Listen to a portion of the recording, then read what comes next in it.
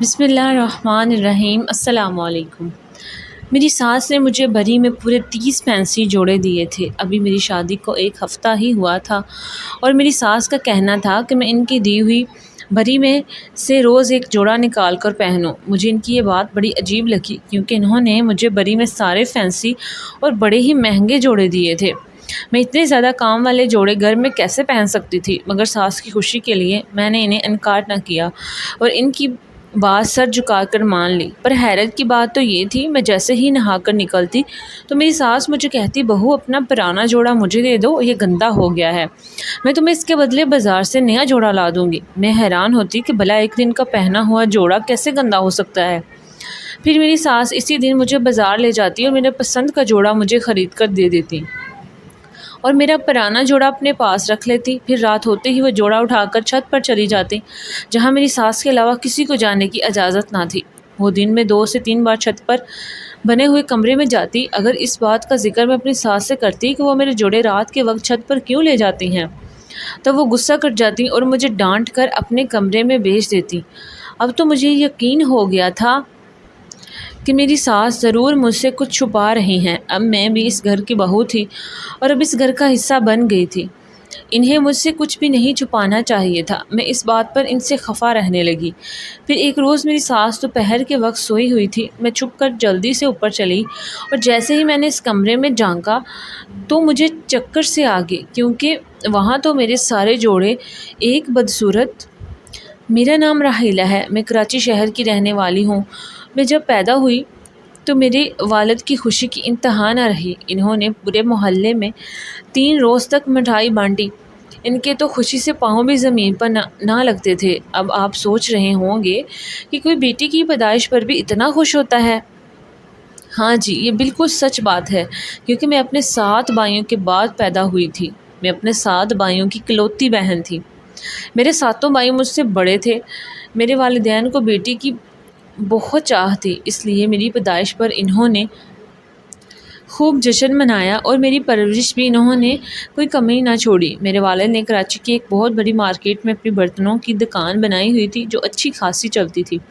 گھر میں کسی چیز کی کمی نہ تھی۔ میرے والدین نے مجھے اور میرے 7 بھائیوں کو ایک اچھے اسکول میں داخل کروایا۔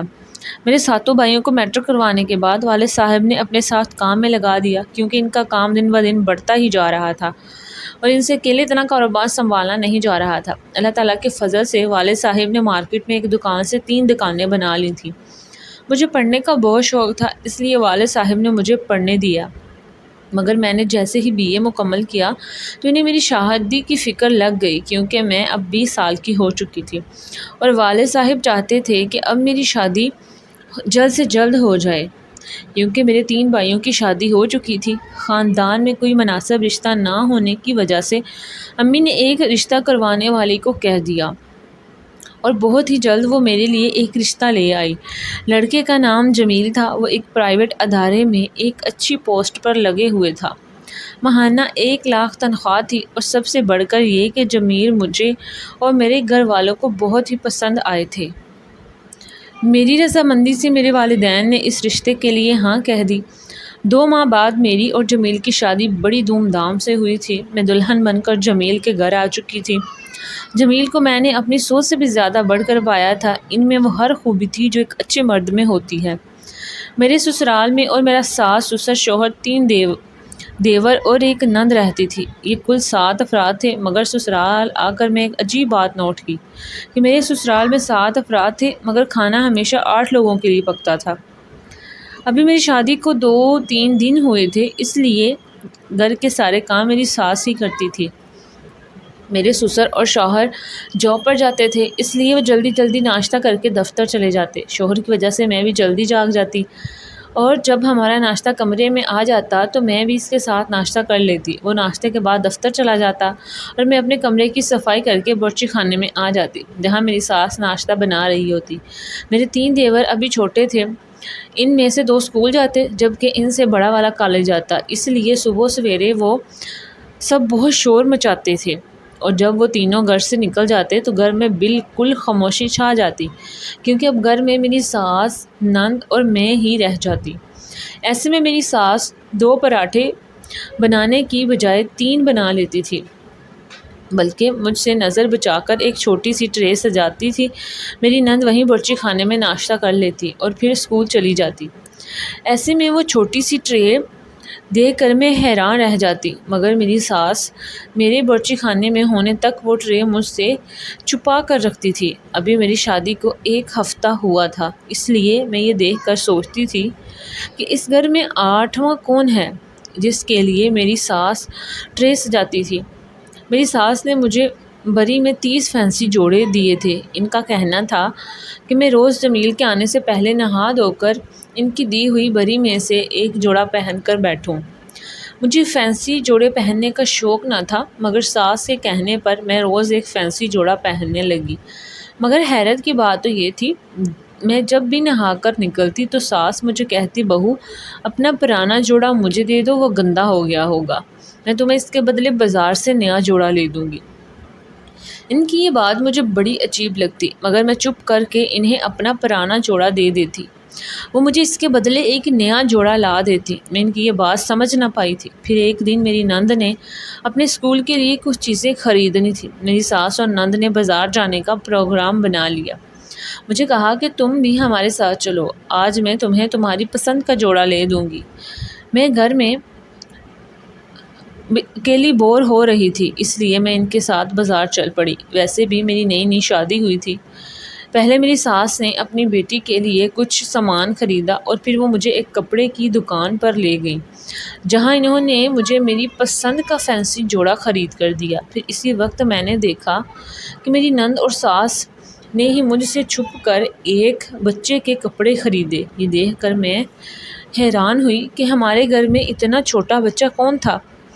پھر مجھے خیال آیا کہ شاید وہ ہمارے ہونے والے بچے کے لیے ہی کپڑے خرید رہے تھے، مگر پھر میں نے یہ سوچا اب یہ تو خوشی کی بات تھی، اس لیے انہیں یہ بات مجھ سے چھپانی نہیں چاہیے، بلکہ مجھے وہ کپڑے بھی دکھانے چاہیے تھے۔ خیر یہ تو میں جان گئی کہ وہ مجھ سے کچھ چھپا رہے تھے اور مجھے بتانا نہیں چاہتے تھے۔ میں یہ بات اپنے شوہر سے بھی نہیں پوچھ سکتی تھی، کیونکہ نیا ساتھ تھا، وہ کہیں یہ نہ سمجھ لے کہ میں اس کے گھر والوں پر شک کر رہی تھی۔ اس لیے میں نے ہی یہ بات ان سے نہیں پوچھی، بلکہ میں تو بار بار اس بات کو نظر انداز کر دیتی، مگر بار بار یہ بات میرے سامنے آ جاتی، کیونکہ اب میں اس گھر کا فرد تھی اور روز میری ساس کا مجھے کہنا کہ تمہارا کل والا جوڑا گندا ہو گیا ہے، تم نہا کر نیا جوڑا پہن لو اور یہ مجھے دے دو۔ مجھے یہ سب بڑا عجیب لگتا تھا۔ بھلا ایک دن میں ایک فینسی جوڑا کیسے گندا ہو سکتا ہے، جبکہ میں تو سارا دن اپنے کمرے میں رہتی تھی، نیا جوڑا پہن کر باہر جاتی اور نہ ہی کوئی کام کرتی۔ میں روز نہا کر نیا جوڑا پہن لیتی، پرانا جوڑا ساس کو دینے کے بعد ان کے پاس بیٹھ جاتی۔ میری ساس جوڑا لینے کے بعد بار بار چھت پر بنے ہوئے کمرے کی طرف دیکھتی تھی، گھر کی چھت پر بنا کمرہ جہاں صرف میری ساس جاتی تھی۔ میں سوچنے لگی کہ وہاں ایسا کیا تھا جو میری ساس کی نظریں بار بار وہیں اٹھ جاتی۔ پھر ایک دن شام کو میں نے چائے بنائی تو میں نے سارا دودھ چائے میں ڈال دیا۔ جب ہم چائے پی رہے تھے تب میری ساس نے دودھ کا پوچھ لیا۔ میں نے اسے بتایا کہ میں نے سارا دودھ چائے میں ڈال دیا۔ یہ سن کو فکر مند ہو گئی۔ اس نے جلدی سے ہی میرے دیور کو بازار سے دودھ لینے بھیج دیا اور اس بیچارے کو چائے بھی نہیں پینے دی۔ اس بات نے مجھے بہت حیران کر دیا۔ پھر ایسی کئی باتیں ہونے لگی جن سے مجھے شک ہونے لگا کہ میرے سسرال والے کچھ تو مجھ سے چھپا رہے تھے۔ ساس کا روز مجھے نیا جوڑا لا کر دینا اور میرا پرانا جوڑا اپنے پاس رکھ لینا، یہ سب باتیں میری سمجھ سے باہر تھیں۔ پھر دن گزرنے کے ساتھ ساتھ میں گھر کے کام کرنے لگی اور اب مجھ پر کھانے پکانے کی ذمہ داری بھی آ گئی تھی۔ اس سے پہلے گھر کے سارے کام میری ساس کرتی تھی اور شام کے وقت میری نند اس کی مدد کر دیا کرتی تھی، مگر میں اوپری منزل کے کمرے تک کبھی نہیں گئی، کیونکہ میری ساس اس کی صفائی کر دیا کرتی تھی اور وہ یہ سب اس وقت کرتی تھی جب میں اپنے کمرے میں آ جاتی، تاکہ مجھے اس کے بارے میں پتہ نہ چل سکے۔ مگر کب تک ایسا چلتا؟ آخر میں بھی اس گھر کی بہو تھی، یہ لوگ مجھ سے یہ راز کب تک چھپا سکتے تھے؟ اور پھر وہی ہوا۔ ایک دن میں نے دوپہر کا کھانا پکایا۔ دوپہر کے وقت میں اور میری ساس ہی گھر میں ہوتے تھے، مگر میں اپنے تینوں دیور اور ان کا بھی کھانا پکاتی تھی، کیونکہ وہ عام طور پر دن کے 2 بجے تک گھر آ جاتے تھے، مگر میں اور میری ساس 12:30 بجے تک کھانا کھا لیتے تھے۔ اس دن میری طبیعت کچھ ٹھیک نہیں تھی، اس لیے میں نے کھانے کے بعد اپنی اپنی ساس کو بتایا اور اپنے کمرے میں آ گئی۔ طبیعت خرابی کے باوجود مجھے نیند نہیں آئی اور میں نے سوچا کہ سر درد کی گولی لے آؤں، اس درد سے تو آرام آ جائے، اس لیے میں کمرے سے باہر نکل آئی۔ ابھی میں برآمدے میں ہی تھی کہ میں نے باورچی خانے میں اپنی ساس کو ایک پلیٹ میں کھانا ڈالتے ہوئے دیکھا۔ یہ دیکھ کر مجھے حیرانی ہوئی کیونکہ ابھی کچھ دیر پہلے ہی ہم دونوں ساس بہو نے مل کر کھانا کھایا تھا۔ کیا اچانک میری ساس کو پھر سے بھوک لگ گئی تھی؟ میں نے اپنے دل میں سوچا تھا اور اسی وقت میں حیران رہ گئی جب میری ساس نے وہ پلیٹ ٹرے میں رکھ دی اور اسے اپنے دوپٹے سے ڈانپ کر باورچی خانے سے باہر نکلی اور سیڑھیاں چڑھ کر چھت پر جانے لگی۔ میں جلدی سے برآمدے کے پلڑے کے پیچھے چھپ گئی تاکہ وہ مجھے دیکھ نہ لے، اور پھر میں نے اپنی ساس کو اس کمرے میں کھانا لے جاتے دیکھ لیا۔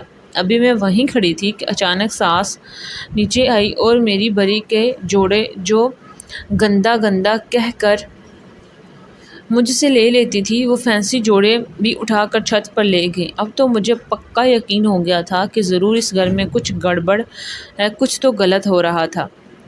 کیوں مجھ سے یہ سب چھپایا جا رہا تھا؟ کہیں میری ساس میری شادی والے جوڑوں پر کوئی جادو یا تویز تو نہیں کر رہی تھی؟ میرا دماغ میں بہت سی باتیں آ رہی تھی۔ میں اس گھر کی بہو تھی اور اب اس گھر کا حصہ بن گئی تھی۔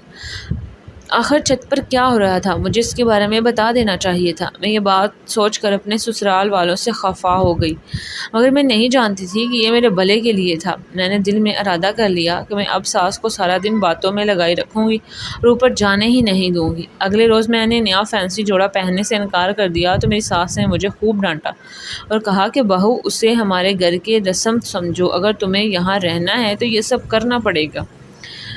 میں زیادہ بحث نہیں کرنا چاہتی تھی، مجھے ڈر تھا کہ کہیں میرے شوہر کو اس بات کا پتہ نہ چل جائے۔ انہوں نے اپنی ماں کے کہنے پر مجھے چھوڑ دیا تو میں کہاں جاؤں گی؟ اس لیے میں نے نہا کر ساس کا دیا ہوا جوڑا پہن لیا اور اپنا اترا ہوا جوڑا ساس کو دے دیا، مگر میں نے پلان کے مطابق ساس کو سارا دن باتوں میں لگائے رکھا۔ آج دوپہر کو انہیں اوپر جانے کا موقع نہ ملا۔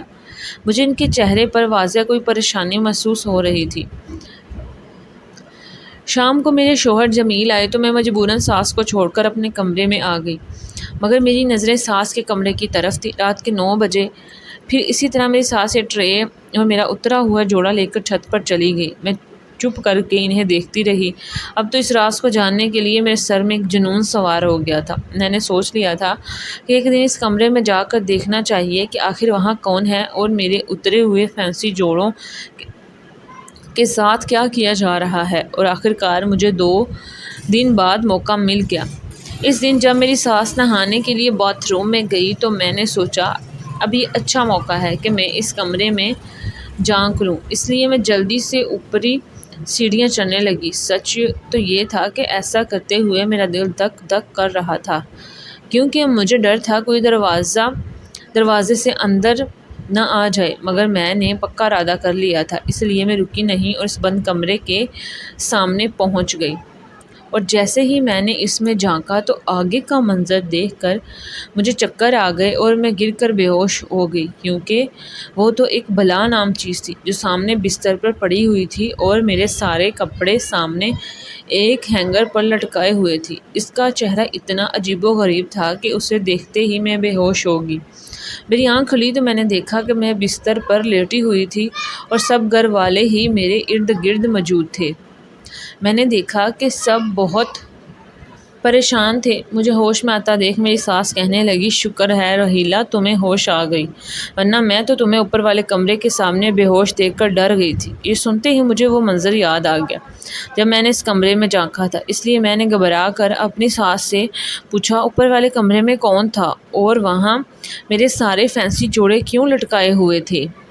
یہ سن کر میری ساس کچھ دیر کے لیے خاموش رہی اور پھر کہنے لگی، یہ بات میں نے تم سے اس لیے چھپائی تھی کیونکہ مجھے پتا تھا تم بھی باقی لوگوں کی طرح ڈر جاؤ گی، مگر تم خود ہی اس تک پہنچ گئی۔ یہ کہہ کر میری ساس نے مجھے ایک نظر دیکھا اور کہنے لگی، وہ میری بیٹی ہے جو کہ اس وقت 18 سال کی ہے۔